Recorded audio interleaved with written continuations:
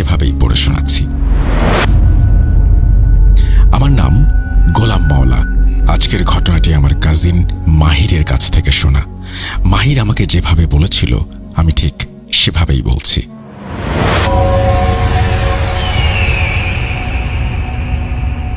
আসসালামু আলাইকুম। আমার নাম মাহির। সালটা 2007। আমি তখন ঢাকা ইউনিভার্সিটিতে পড়ি, মাস্টার্স শেষ বর্ষ। আমাদের ডিপার্টমেন্টের 4 বন্ধু, আমি, সাজ্জাদ, রিফাত আর অনেক মিলে ঠিক করলাম মাস্টার্স শেষে একটা মেমোরেবল ট্যুর দেব। তখন তো আর এখনকার মতো ফেসবুকে চেক ইন দেওয়ার চল ছিল না।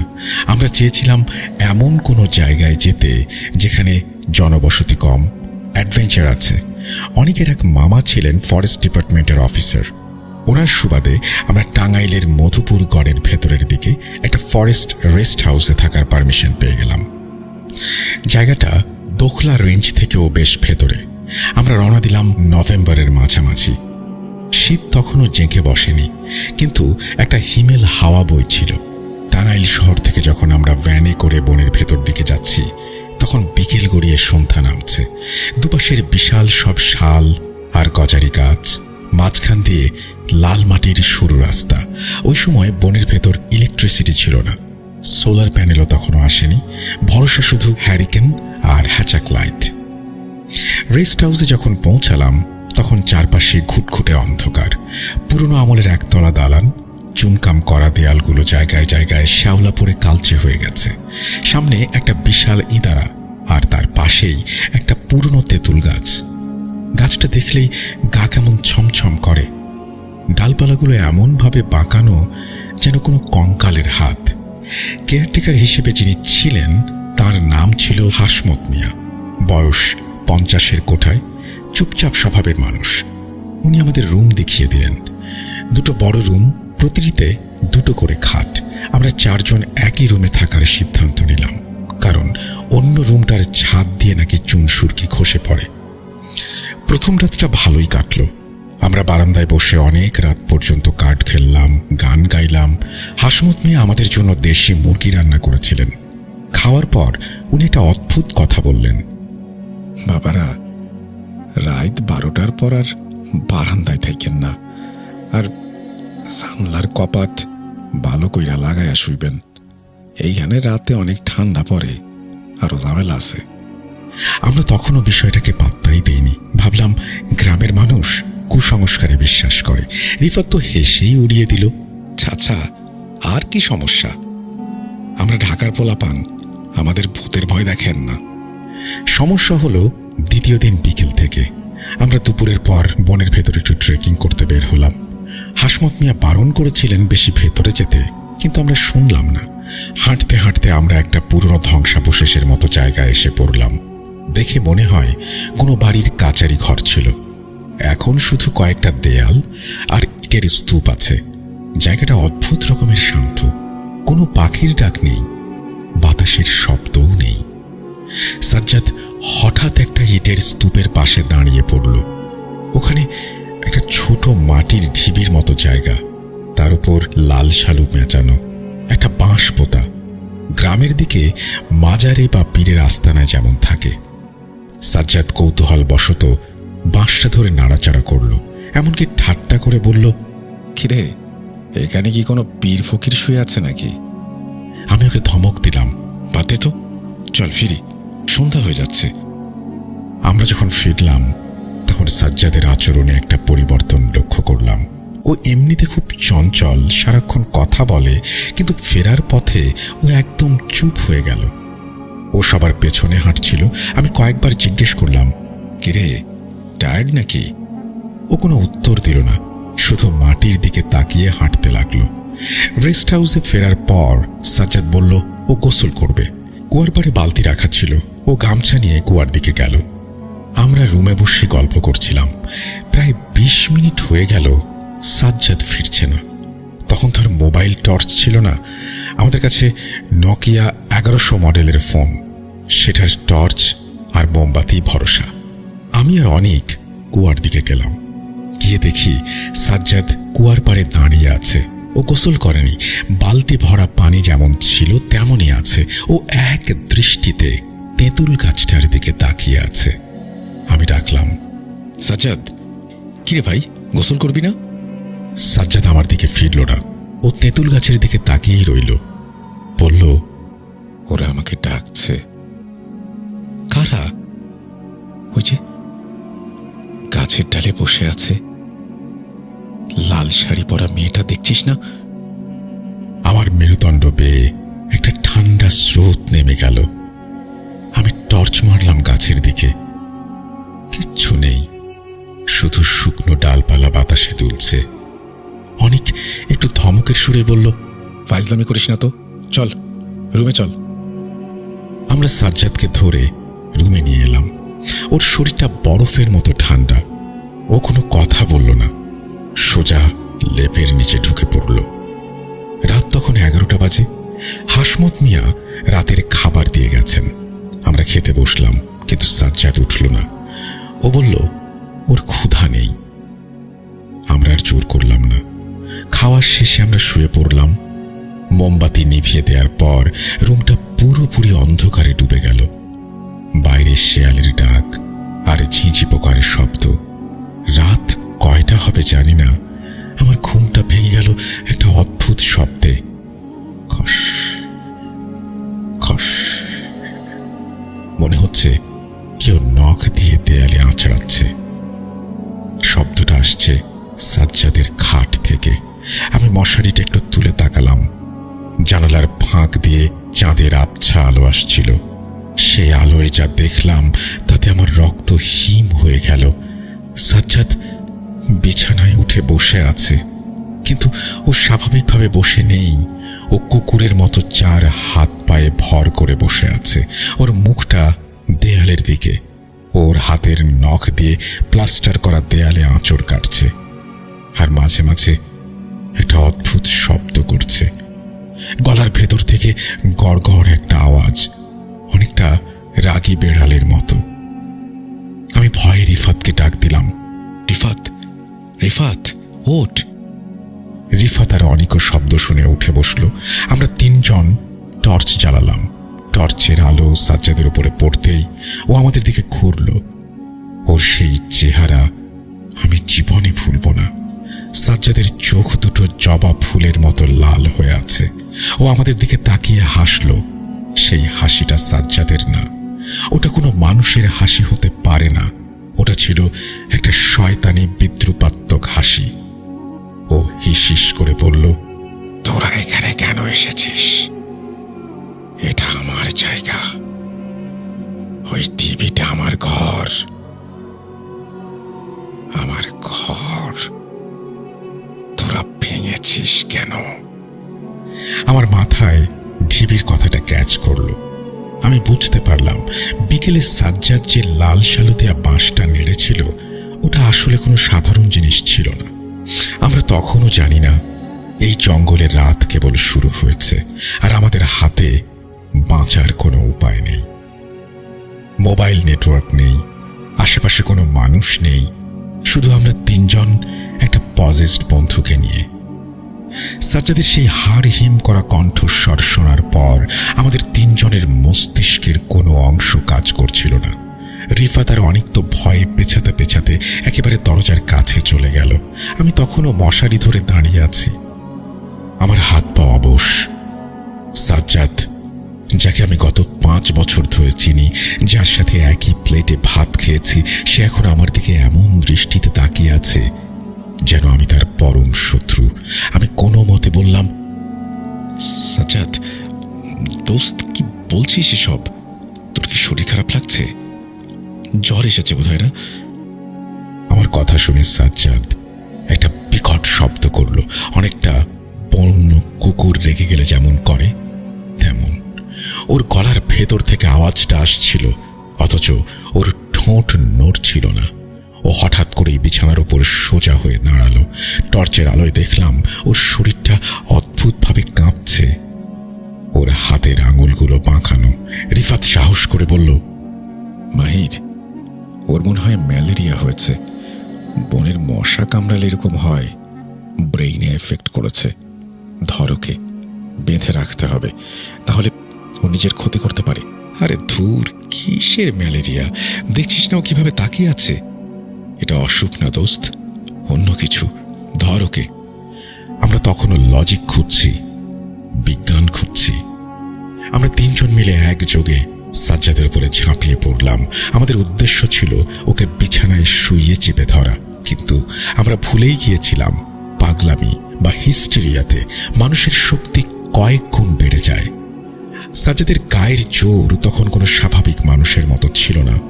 ও এক ঝটকায় অনেককে ধাক্কা দিয়ে ফ্লোরে ফেলে দিল। অনেক ছিটকে গিয়ে ড্রেসিং টেবিলের উপরে পড়ল। কাঁচ ভাঙার ঝনঝন শব্দে রুমটা কেঁপে উঠল। আমি আর রিফাত কোনো মতে ওর 2 হাত চেপে ধরলাম। সাজ্জাদ ছটফট করছিল। ওর শরীরটা বরফের মতো ঠান্ডা, অথচ ও ঘামছে। সেই ঘামের গন্ধটা স্বাভাবিক মানুষের ঘামের গন্ধের মতো না, একটা তীব্র কটু গন্ধ। ছাড়, ছাড় আমাকে, সাজ্জাদ বলে উঠল। এবার সেই হিস হিস করার স্বর না, কিছুটা কর্কশ। মনে হলো সাজ্জাদের গলার ভেতর থেকে অন্য কেউ কথা বলছে। ধস্তাধস্তির আওয়াজ শুনে পাশের কোয়ার্টার থেকে হাসমত মিয়া দৌড়ে এলেন। ওনার হাতে একটা হ্যারিকেন আর একটা লাঠি। রুমে ঢুকেই উনি থমকে দাঁড়ালেন। হ্যারিকেনের আলোয় উনি সাজ্জাদের অবস্থা দেখলেন। সাজ্জাদ তখনও আমার হাত ছাড়ানোর জন্য গোঙাচ্ছে। ওর চোখ দুটো জবা ফুলের মতো লাল। হাসমত মিয়া আমাদের সাহায্য করতে এগিয়ে এলেন না। উনি দরজায় দাঁড়িয়েই ভয়ে কাঁপতে লাগলেন। ওনার হাত থেকে লাঠিটা খসে পড়ল। উনি ফিসফিস করে বললেন, সর্বনাশ, জানিয়া ডরাইছিলাম তাই হইছে। বাতাস লাগছে। বাবারা ওরে ছাইরেন না, দইরা রাখেন।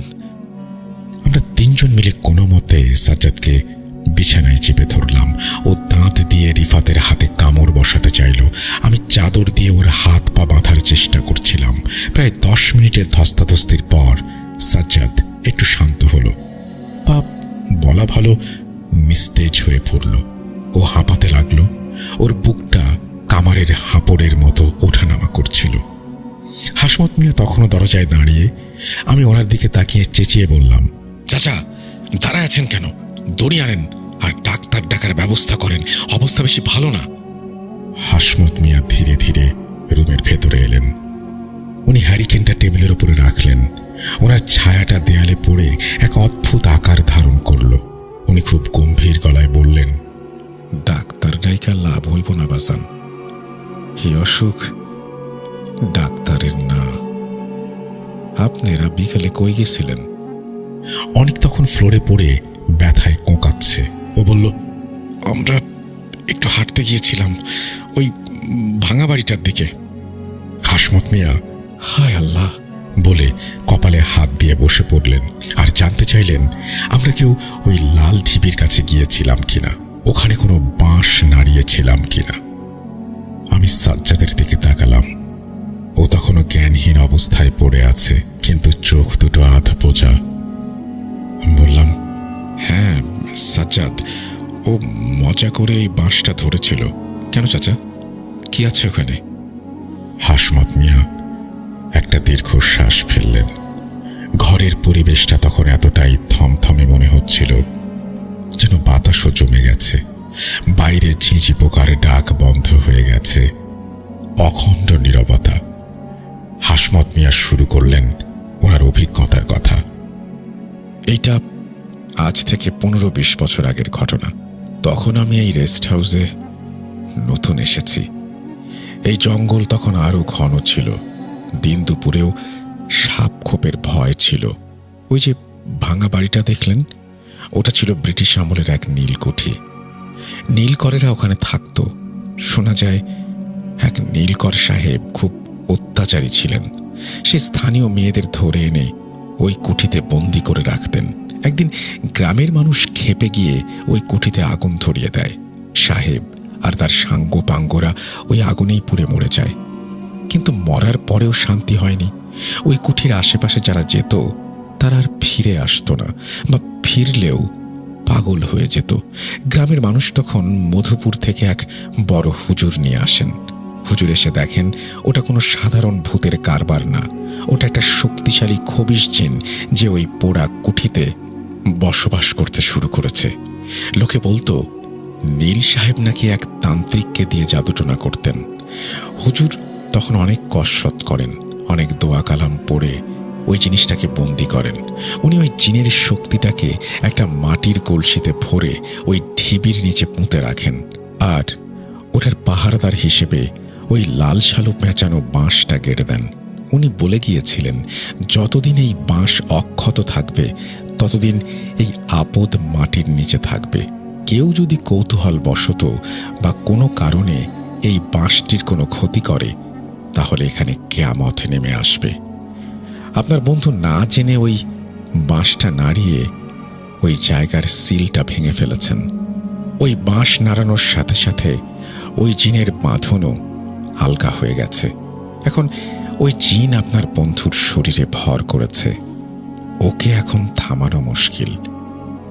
হাসমত মিয়ার কথা শেষ হতে না হতেই সাজ্জাদ নড়ে উঠল। আমরা সবাই চমকে উঠলাম। সাজ্জাদ চোখ খুলল। এবারের চাহনিটা আরো ভয়াবহ।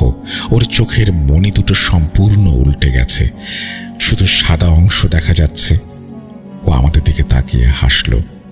সাজ্জাদ হাসমত মিয়ার দিকে তাকিয়ে বলল, হাসমত, তুই এখনো মরিস নাই? বুড়ো হয়ে গেছিস। তোর বাপেও আমাকে আটকাতে পারে নাই, ওই হুজুরও পারে নাই।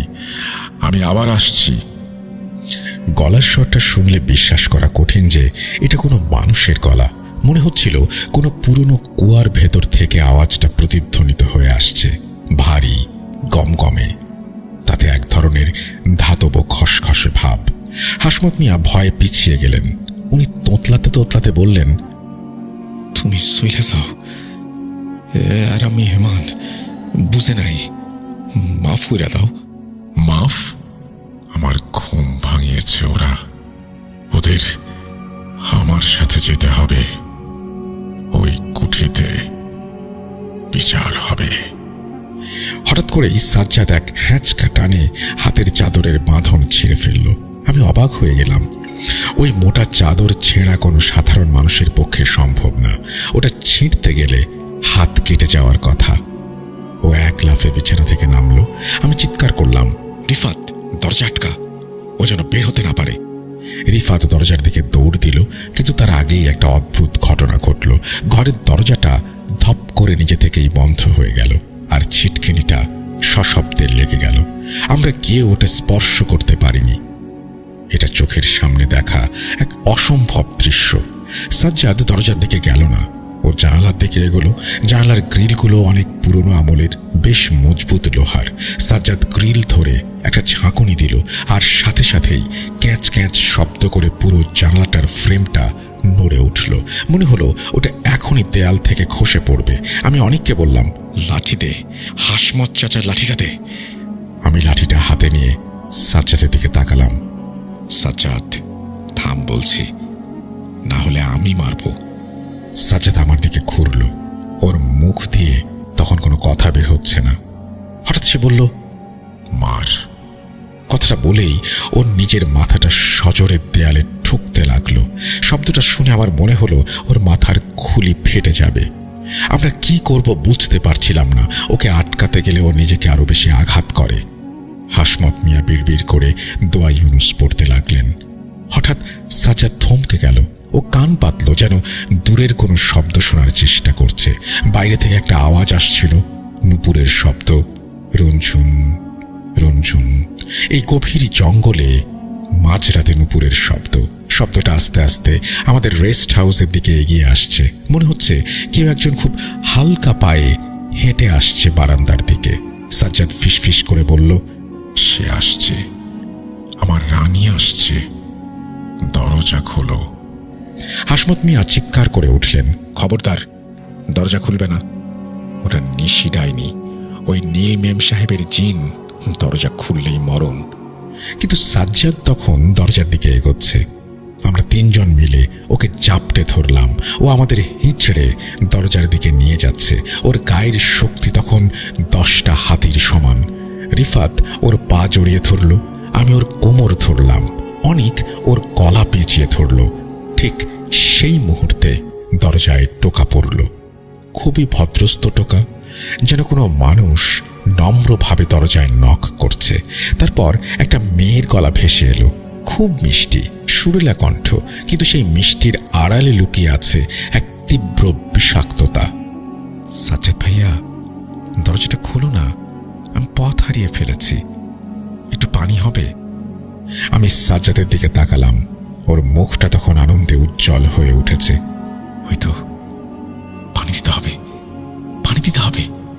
আমি বুঝতে পারলাম আমরা এক মরণ ফাঁদে আটকা পড়েছি। তোরে এক পজেস বন্ধু যে নিজেকে শেষ করে দিতে চাইছে, আর বাইরে এক অজানা অশরীরী যে আমাদের বের করার জন্য প্রলোভন দেখাচ্ছে।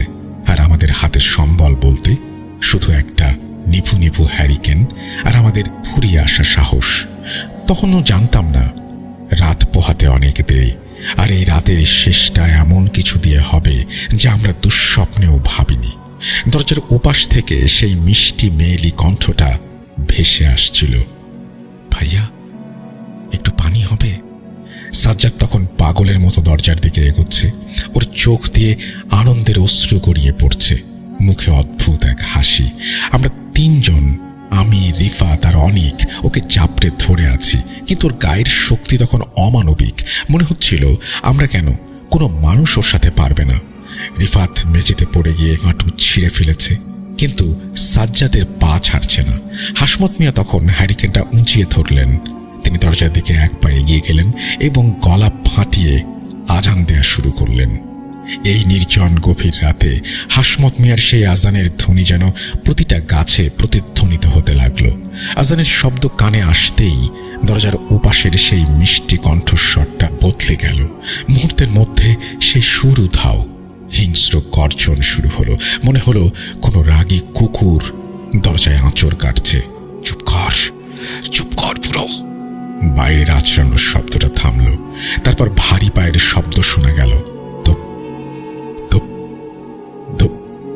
শব্দটা বারান্দা থেকে নামতে নামতে জঙ্গলের দিকে মিলিয়ে গেল। এদিকে সাজ্জাদ আজানের শব্দ শুনেই নিস্তেজ হয়ে পড়ল। ওর শরীরটা একটা বড় ঝাঁকুনি দিয়ে ধপ করে মেঝেতে পড়ে গেল। জ্ঞান হারালো। ওর কপাল ফেটে রক্ত বের হচ্ছিল, সারা শরীর ঘামে ভেজা। সেই ঘামের গন্ধে ঘরটা ভরে গেছে। আমরা তিনজন হাঁপাচ্ছিলাম। হাসমত মিয়া কপালে হাত দিয়ে বসে পড়লেন। উনি বললেন, বিপদ কাটছে বাবারা, রাতটা কোনো মতে পার করেন।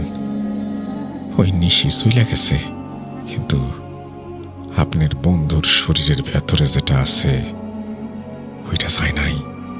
আমরা সাজ্জাদকে ধরাধরি করে বিছানায় তুললাম। ফার্স্ট এইড বক্স থেকে অ্যান্টিসেপটিক বের করে ওর কপালের রক্ত মুছে ব্যান্ডেজ করে দিলাম। বাকি রাতটুকু আমরা কেউ চোখের পাতায় এক করতে পারিনি। আমরা সাজ্জাদকে ঘিরে বসে রইলাম, আর হাসমত মিয়া বিড়বিড় করে দোয়া পড়তে থাকলেন। ভোর হওয়ার সাথে সাথে আমরা জিনিসপত্র গুছিয়ে নিলাম। সাজ্জাদের তখনও জ্ঞান নেই, জ্বরে গা পুড়ে যাচ্ছে। হাসমত মিয়া আমাদের ভ্যান ঠিক করে দিলেন। যাওয়ার সময় উনি আমার হাত ধরে বললেন, বাবারা আমারে মাফ কইরা দিয়েন। আমি যদি জানতাম আপনারা ওই কুঠির দিকে যাইবেন, তাইলে আগেই ফিরাইতাম। এই জঙ্গল বড় মায়াবী, বড়ই হিংস্র। শহরে গিয়া কোনো ভালো হুজুর দেখান, ডাক্তারি কামে এই রোগ সারত না। আমরা টাঙ্গাইল থেকে বাসে করে ঢাকায় ফিরলাম। সাজ্জাদকে সোজা নিয়ে গেলাম শ্যামলীর এক প্রাইভেট ক্লিনিকে। তখন তো আর এত স্পেশালাইজড হসপিটাল ছিল না। ডাক্তাররা ওকে ইমার্জেন্সিতে ভর্তি করে নিলেন। ওর কপালে 3টা সেলাই লাগলো। ডাক্তার বললেন, প্রচণ্ড শক আর হাই ফিভার থেকে পেশেন্ট একটা খারাপ অবস্থায় চলে গিয়েছে। আমরা স্যালাইন দিচ্ছি, দেখা যাক। কিন্তু সমস্যাটা কাটলো না। সাজ্জাদের জ্ঞান ফিরল 2 দিন পর। কিন্তু জ্ঞান ফেরার পর ও আমাদের চিনতে পারছিল না। ও ফ্যাল ফ্যাল করে তাকিয়ে থাকতো। আর সবচেয়ে ভয়ের ব্যাপার হলো, ও পানি দেখলেই ভয় পেত। নার্স পানি খাওয়াতে গেলেই চিৎকার করে উঠত। ডাক্তাররা সাসপেক্ট করলেন ওর জলাতঙ্ক হয়েছে, কিন্তু ওকে কোনো কুকুর কামড়ায়নি, এমন হিস্ট্রি নেই। এরপর তারা বললেন অ্যাকিউট সাইকোসিস। সিডেটিভ দিয়ে ওকে ঘুম পাড়িয়ে রাখা হতো, কিন্তু ঘুমের মধ্যেও ও অদ্ভুত সব কথা বলতো। কখনো নীলকর সাহেবের মতো হুকুম দিত, কখনো আবার গালিগালাজ করত। সাজ্জাদের বাবা রিটায়ার্ড সরকারি কর্মকর্তা। উনি প্রথমে সব ঝাড়ফুঁক বিশ্বাস করতেন না, কিন্তু 5 দিন পার হওয়ার পর যখন দেখলেন ছেলের কোনো উন্নতি নেই, তখন উনি বাধ্য হয়েই ওনার পরিচিত এক হুজুরকে খবর দিলেন। সাজ্জাদকে বাসায় আনা হলো। হুজুর এলেন। হুজুরের নাম মৌলানা কাশেম। হুজুর সাজ্জাদের রুমে ঢুকলেন। আমরা বন্ধুরা আঙ্কেলের সাথেই ছিলাম। হুজুর সাজ্জাদের দিকে তাকিয়ে বললেন, রুমে কি কোনো পুতুল বা ছবি আছে? থাকলে সরান, আর আপনারা সবাই অজু করে নিন। হুজুর সাজ্জাদের কপালে হাত রাখলেন। সাজ্জাদ ঘুমের মধ্যেই কেঁপে উঠল। ও চোখ খুলল, চোখ লাল। হুজুরের হাতটা ঝটকা দিয়ে সরিয়ে দিল। সাজ্জাদের মুখে কর্কশ কণ্ঠস্বর, হাত সরাও। হুজুর শান্ত গলায় বললেন, তোর সাহস কত সেটাই দেখতে এসেছি। আল্লাহর বান্দাকে কষ্ট দিচ্ছিস, ভয় নেই তোর? সাজ্জাদ বিদ্রুপের হাসি হাসল। হুজুর বললেন, আল্লাহর নামের উসিলায় যে ভেতরে আছে সে যেন সাজ্জাদকে ছেড়ে দেয়। সাজ্জাদের ভেতর থেকে কেউ বলল সে যাবে না। হুজুর এবার পকেট থেকে একটা ছোট বোতল বের করলেন। ওটাতে দম করা পানি ছিল। উনি পানিটা সাজ্জাদের চোখে মুখে ছিটিয়ে দিলেন। পানিটা লাগার সাথে সাথে সাজ্জাদ চিৎকার দিল। ও খাট থেকে লাফ দিয়ে ওঠার চেষ্টা করলো, কিন্তু আমরা 3 জন ওকে চেপে ধরলাম। ওর গায়ের শক্তি তখন অবিশ্বাস্য। আমরা 3 জন মিলেও ওকে ধরে রাখতে পারছিলাম না। হুজুর উচ্চ স্বরে রুকাইয়া শুরু করলেন এবং তার শরীর তখন কাঁপছিল। সাজ্জাদের মুখ দিয়ে একসময় ফেনা বের হতে শুরু করলো। প্রায় 40 মিনিট ধরে চলল এই যুদ্ধ। এক পর্যায়ে সাজ্জাদ নিস্তেজ হয়ে পড়ল। হাঁপাতে হাঁপাতে বলল, থামেন থামেন, আমি আর পারতেছি না, আমাকে আর মেরেন না। হুজুর বললেন, তাইলে বাইর হ এখনই। সাজ্জাদ বলল, আমি কিভাবে বের হব? ওরা তো আমার রাস্তা বন্ধ করে দিয়েছে। হুজুর বললেন, কোনো শর্ত মানা হবে না, আর ওকে পায়ের নখ দিয়ে বের হতে হবে, আদেশ দিচ্ছি। সাজ্জাদ বললেন, আমি আসবো না, আমি মধুপুর ছেড়ে গাঢ় পাহাড়ের দিকে চলে যাব। হুজুর বললেন, বের হ। সাজ্জাদের শরীরটা ঝাঁকি দিয়ে উঠল। ও একটা দীর্ঘ শ্বাস নিল। মনে হলো ওর দম আটকে আসছে। তারপর ও একটা বিকট শব্দ করে বমি করল। মনে হলো কোন প্রাণী মরে গেলে যেমন হয় তেমন একটা গন্ধে ঘরটা ভরে গেছে। ওর ডান পায়ের বুড়ো আঙুলের নখটা হঠাৎ করে ফেটে ফিনকি দিয়ে রক্ত বের হতে লাগলো। হুজুর ঘাম মুছলেন। তারপর বললেন, আলহামদুলিল্লাহ, আপদ বিদায় হয়েছে। এই যে ও বমিটা করলো, এখনো মুক্ত। ঘটনার পর সাজ্জাদ প্রায় 7 দিন হাসপাতালে ছিল। শরীর প্রচণ্ড দুর্বল হয়ে গিয়েছিল। যখন ওর পুরোপুরি জ্ঞান ফিরল, ও অবাক হয়ে জিজ্ঞেস করল, আমি হাসপাতালে কেন? আমরা না মধুপুরে ছিলাম। লাস্ট মনে আছে আমরা গোসল করতে যাচ্ছিলাম, তারপর আর কিছু মনে নেই। ওই 3-4 দিনের কোনো ঘটনাই মনে করতে পারছে না। ওর মেমোরি থেকে ওই সময়টা পুরোপুরি ডিলিট হয়ে গেছে। আমরা ওকে কিছু বললাম না, মনে করিয়ে দেয়নি কিছুই। 2007 সালের সেই ঘটনার পর আমাদের 4 বন্ধুর আর কখনো একসাথে ট্যুরে যাওয়া হয়নি। জীবন আমাদের চারদিকে ছড়িয়ে দিয়েছে। সাজ্জাদ এখন অস্ট্রেলিয়ায় ভালো আছে, কিন্তু আমার মনের দাগগুলো এখনো যায়নি, সব তাজা। এই বলে সাকিবের আব্বু ওনার চশমাটা চোখে দিলেন। ওনার কপালে বিন্দু বিন্দু ঘাম। উনি একটা দীর্ঘশ্বাস ফেলে বললেন, মাহির ছিল ব্যাংকার মানুষ, সারাদিন টাকার হিসাব করত, কিন্তু সেই রাতের হিসাব সে আজও মেলাতে পারেনি। এই বলে আমার বন্ধু তানভীর সাকিবের আব্বু গোলাম মওলা আঙ্কেল ওনার কাজিনের ঘটনার ইতি টানলেন। প্রিয় লিসেনার্স, আমি সাবিত আলম আপনাদের জন্য এই ঘটনাটি কালেক্ট করেছি। ভালো লাগলে নিজেকে সার্থক মনে করব। আমরা চলে যাব আমাদের পরবর্তী ঘটনায়। আমি অদিতি, পূর্ব মেদিনীপুর জেলার অন্তর্গত। দীঘা সবার কাছে খুবই পরিচিত একটা জায়গা।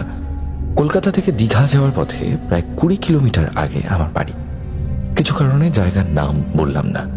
আমি ওখানেই একটা বাংলা মাধ্যম স্কুল থেকে আমার স্কুল জীবন শেষ করেছি। বর্তমানে পড়াশোনার সূত্রে আমি কলকাতায় থাকি।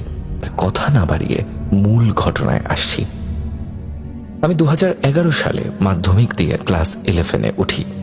11-এর শুরুতে তেমন ক্লাসের চাপ থাকতো না, তাই বেশিরভাগ সময় বন্ধুদের সঙ্গে আড্ডা দিয়েই কেটে যেত। একদিন টিফিনের পর ক্লাস সবে শুরু হয়েছে, সময় তখন আনুমানিক দুপুর 2:30। হঠাৎ স্কুলের সেকেন্ড ফ্লোর থেকে একটি মেয়ের চিৎকার শোনা যায়। তারপর দেখি সব ম্যামরা ক্লাস থেকে বেরিয়ে দৌড়াদৌড়ি করছেন। আমার ক্লাস হচ্ছিল 4th ফ্লোরে, তার উপরে স্কুলের ছাদ। চিৎকার শুনে আমাদের ম্যামও ক্লাস বন্ধ করে নিচে ছুটে যান। আমাদের স্কুলটা ইউ শেপের। আমরা সবাই ক্লাসরুম থেকে বেরিয়ে বাঁদিকের বারান্দা থেকে ঝুঁকে দেখি কি হয়েছে। দেখি ক্লাস 5 বা 6-এ পড়া একটা মেয়ে অজ্ঞান হয়ে পড়ে আছে, আর তাকে ঘিরে সব ম্যাম জল দিচ্ছেন, হাওয়া করছেন। পরে শুনি সেকেন্ড ফ্লোরের বাথরুমে রক্ত পড়েছিল। সেটা দেখে মেয়েটা ভয় পেয়ে অজ্ঞান হয়ে যায়। বিষয়টা ধামা চাপা দেওয়ার জন্য তখন ম্যামরা আমাদের বলে কোনো মেয়ের হয়তো পিরিয়ডস হয়েছে, তাই রক্ত। যেহেতু আমি গার্লস স্কুলে পড়তাম, বিষয়টা খুব একটা অস্বাভাবিক মনে হয়নি। গ্রাউন্ড আর ফার্স্ট ফ্লোরে সাধারণত ক্লাস 5-6-এর ক্লাস হতো, তাই ওরাই ওই দিকের বাথরুম ব্যবহার করত। সেকেন্ড ফ্লোরের বাথরুমে খুব একটা কেউ যেত না, ভিড় হলে মাঝে মধ্যে ব্যবহার করত। আমাদের স্কুলের পিছনেই ছিল লেডিস হস্টেল। ওই বাথরুমের পাশে একটা সিঁড়ি ছিল। সেই সিঁড়ি দিয়ে অনেক সময় পিছনের রাস্তা দিয়ে অনেকে ক্লাস ফাঁকি দিত। আবার হস্টেলে থাকা বা সাইকেল রাখা ছাত্রীরাও ওই পথ ব্যবহার করত। আমরা ভেবেছিলাম হয়তো ছুটির সময় কেউ বাথরুম ব্যবহার করে জল না দিয়ে দরজা লক করে চলে গেছে। যাই হোক, সেদিন তাড়াতাড়ি স্কুল ছুটি হয়ে যায়। সন্ধ্যাবেলায় বাবা মাকে বলা হয় আমাদের স্কুলের এক মেয়ের ডেড বডি স্টেশনের কাছে একটি জঙ্গলে পাওয়া গেছে। পরে শোনা যায় ওই দিন যে মেয়েটা অজ্ঞান হয়ে গিয়েছিল, সে বাথরুমে কোনো মেয়ের বাঁ হাতের 4টে কাটা আঙুল দেখতে পেয়েছিল। সেটা দেখেই সে ভয় পেয়ে অজ্ঞান হয়ে যায়। কিন্তু স্কুলের রেপুটেশনের কথা ভেবে পুরো বিষয়টাই ধামাচাপা পড়ে যায়। কিছুদিন পর আর কোনো খবর পাওয়া যায়নি। ছোটবেলা থেকেই প্ল্যানচেট, ভূত প্রেত এসব বিষয়ে আমার খুব আগ্রহ ছিল। মামার বাড়ির দাদু ভাইকে দেখতাম প্ল্যানচেট করতে, তাই কি কি উপকরণ লাগে জানতাম। কিভাবে করতে হয় তারও ধারণা ছিল, কিন্তু পুরো নিয়মটা কি হতে পারে সেসব কিছুই জানতাম না। আমার 3জন খুব ভালো বান্ধবী ছিল। আমরা প্ল্যান করি 4th ফ্লোরে যেখানে আমাদের ক্লাস হতো সেখানে একটা কোণের ঘর সব সময় বন্ধ থাকতো। একদিন সেখানে প্ল্যানচেট করব। এর মধ্যে স্কুলের সরস্বতী পুজো এসে যায়। ওই সময় তেমন ক্লাস হয় না। বাজার করা, কার্ড ডিস্ট্রিবিউশন, ডান্স প্রোগ্রাম এসব নিয়েই সবাই ব্যস্ত থাকে। সব কাজ গ্রাউন্ড ফ্লোরে হওয়ায় 4th ফ্লোর পুরো ফাঁকা থাকতো। সরস্বতী পুজোর 2 দিন আগে আমরা ঠিক করি আমরা ওই দিন প্ল্যানচেট করব। আমি পান, সুপারি, সিঁদুর, মোমবাতি সব নিয়ে স্কুলে যাই। আমাদের সঙ্গে যোগ দেয় আরও 2 জুনিয়র। একজন আমার এক বান্ধবীর মাসির মেয়ে, আর একজন তার বন্ধু। আমরা 5 জন সেই ঘর খুলে ভিতরে ঢুকি। ঢুকে দেখি বেঞ্চগুলো একপাশে একটার পর একটা উপর করে তোলা। মেঝেতে প্রায় 3 ইঞ্চি পুরো ধুলো। ঘরের ভিতর অন্ধকার, গা ছমছমে পরিবেশ আর ভীষণ গুমোট দুর্গন্ধ। আমার 2 বান্ধবী বেঞ্চের ভেতর থেকে একটু পরিষ্কার একটি সিট বেঞ্চ আর একটি হাই বেঞ্চ বের করে। হাই বেঞ্চের উপর সব জিনিস রেখে মোমবাতি জ্বালাই। সবাই গোল করে বসি। তারপর শুরু হয় মারা যাওয়া মেয়েটাকে ডাকা। আমরা তার নাম জানতাম না, শুধু পেপারে ডেড বডির ছবি দেখেছিলাম। মুখটা মনে ছিল, কোনো ডিটেলস ছিল না। আমরা বারবার বলতে থাকি, আমাদের স্কুলের যে মেয়েটি মারা গেছে, তুমি যদি আমাদের আশেপাশে থাকো তাহলে টেবিলে একবার টোকা দাও। অনেকক্ষণ চেষ্টা করেও কোনো রেসপন্স পাইনি। হঠাৎ মনে হলো ক্লাসরুমের বাইরে বারান্দায় কেউ হাঁটছে। ভাবলাম হয়তো গার্ড ছাদ চেক করতে এসেছে। ভয় পেয়ে তাড়াতাড়ি সব গুছিয়ে ঘর লক করে বেরিয়ে আসি, কিন্তু কাউকেই দেখতে পাইনি। এরপর শুরু হয় আমাদের কাণ্ডের ফলাফল। বাড়ি ফিরে বিকেলের টিফিনের পর নিজেকে বড় ক্লান্ত লাগছিল। অন্যদিন টিফিন করে একটু রেস্ট নিয়ে তারপর টিউশন যেতাম, কিন্তু সেদিন চোখ আপনা থেকেই বন্ধ হয়ে আসছিল। শরীর একেবারেই দিচ্ছিল না। মা বলল, ঘুমিয়ে যা, উঠে পড়তে যাবি। রাত 9টায় ঘুম ভাঙলে বুঝতে পারি আমার গায়ে তীব্র জ্বর আর শরীরের বিভিন্ন জায়গায় ফোস্কার মতো দানা উঠেছে। মা ভেবেছিল হয়তো জল বসন্ত হয়েছে। আমি আবার ঘুমিয়ে পড়ি। সেই সময় বাড়িতে আমার পিসিমণিও ছিল। আমাদের বাড়িতে বড় করে সরস্বতী পুজো হয়, তাই প্রতি বছর পিসিমণি আসেন।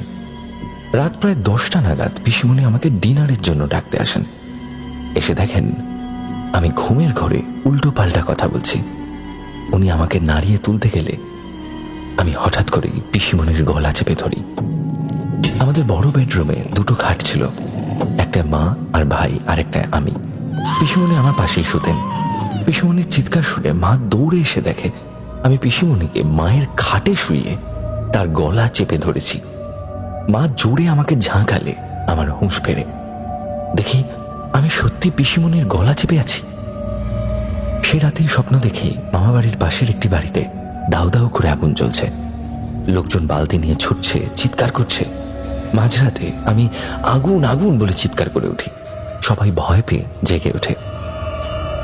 পরদিন সকালে মাকে দিদা ভাই ফোন করে জানায় সত্যি আগের রাতে মামাবাড়ির পাশের বাড়িতে আগুন লেগে গোয়াল ঘর সহ অনেক কিছু পুড়ে গেছে। সেই স্বপ্নটা আজও ভুলতে পারিনি। এরপর মা পাশের এক দাদুকে ডেকে ঝাড়ানো করেন। ঝাড়ানোর পর জ্বর ভালো হয়ে যায়, শরীরের ফোসকাগুলো শুকিয়ে যায়।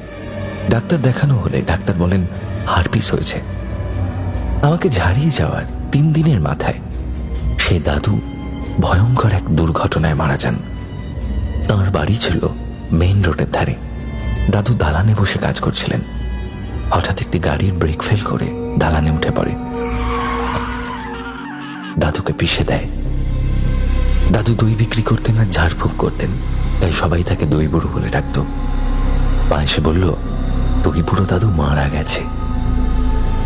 এরপর থেকে আমার সঙ্গে আর কিছু হয়নি, তবে আমরা যারা ওই গ্রুপে ছিলাম সবাই কিছু না কিছু অভিজ্ঞতার মধ্যে দিয়ে গেছি। যেমন আমার এক বান্ধবীর মাসির মেয়ে এক রাতে হঠাৎ গলায় দড়ি দেওয়ার চেষ্টা করে। জানালা দিয়ে দেখে তার মা এবং চিৎকার করে সবাইকে ডেকে দরজা ভাঙে। মেয়েটার প্রাণ বাঁচায়। সবাই ভেবেছিল প্রেম ঘটিত কারণে এমনটা হতে পারে। আরেকজন জুনিয়রের কানে হঠাৎ করে ছোট্ট একটা ফুসকুড়ি হয় এবং সেটা এতটাই বেড়ে যায় যে অপারেশন করে কানের কিছু অংশ বাদ দিতে হয়। বাকি বান্ধবীরা প্রায় কারোর উপস্থিতি অনুভব করত, ভীষণ ভয় পেত। তারপর থেকে আমরা কেউ আর কখনো প্ল্যান চেট করিনি। এরপরেও আমার আরো অনেক অভিজ্ঞতা আছে। যদি এই ঘটনা সিলেক্ট হয় তাহলে বাকিগুলো বলবো।